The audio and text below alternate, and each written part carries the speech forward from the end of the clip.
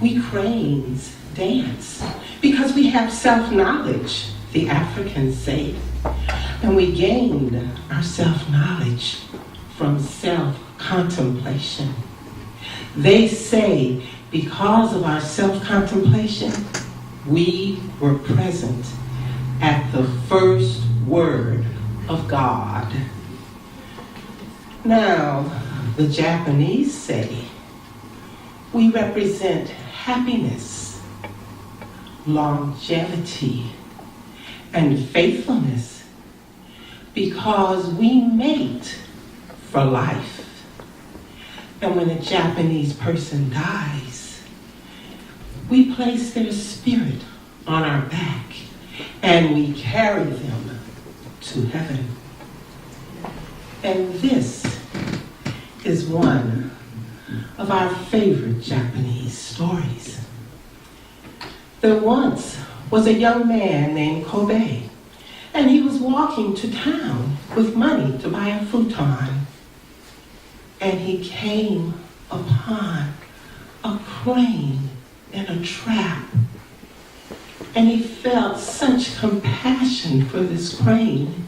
He found the trapper and said, "Here, take this money and release the crane." And of course, the trapper was quite happy to take the money.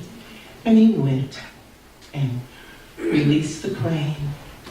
The crane looked up at Kobe, lifted her wings, and flew up and circled him 3 times, and then flew away. Kobe went home and told his mother, and she said, "We'll buy a futon next year." The following night, they heard a soft knock on the door. Kobe went and opened the door and saw standing before him the most beautiful young woman he'd ever seen in his life. And she said, "Please, kind sir, may I sleep on your floor? I have nowhere to stay tonight." Well, Kobe was speechless and didn't really know what to say, but his mother opened the door and said, "Come in, young lady. You can sleep in Kobe's bed." And he slept on the floor.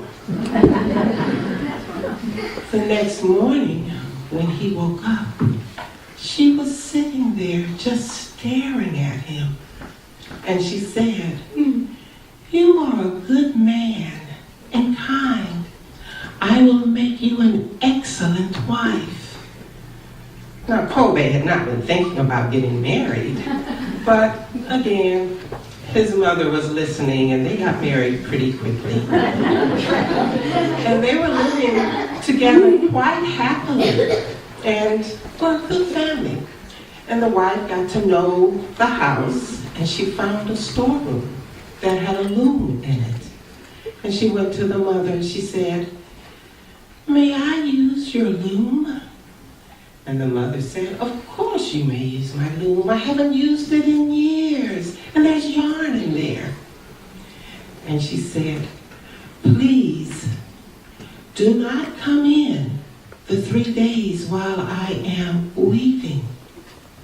Promise me that." And they did. And for 3 days, she worked in the room, came out to eat, and at the end of the 3 days, she came out with the most beautiful woven bolt of cloth they'd ever seen.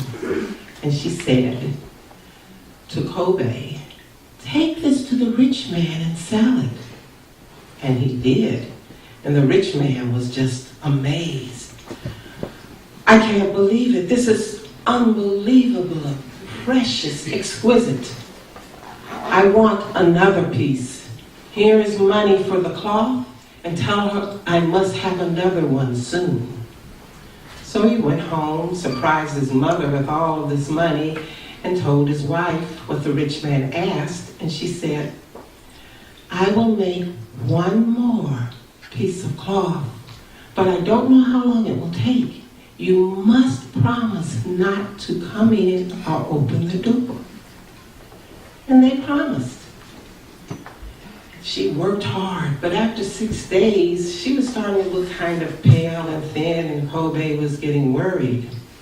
And on the 7th night, he woke up. He couldn't sleep. And he heard something fall, or he thought he did, in the storeroom. And without thinking, he ran in and opened the door and stood speechless. Standing at the loom was a crane with hardly any feathers. She was reaching with her beak, taking the feathers out of her body and weaving them in the loom, making the most beautiful cloth, even more beautiful than the first one. And she picked it off and dropped it at his feet, and she said, I am the crane you saved, and I am your wife.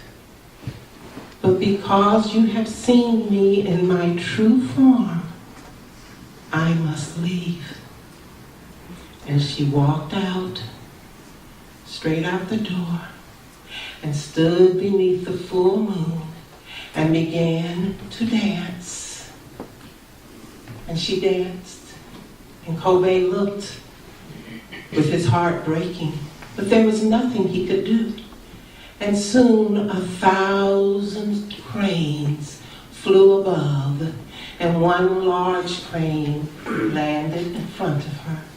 And she got on its back, and he lifted her up, and they circled the house 3 times, and then flew off in the moonlight until they were out of sight. Thank you.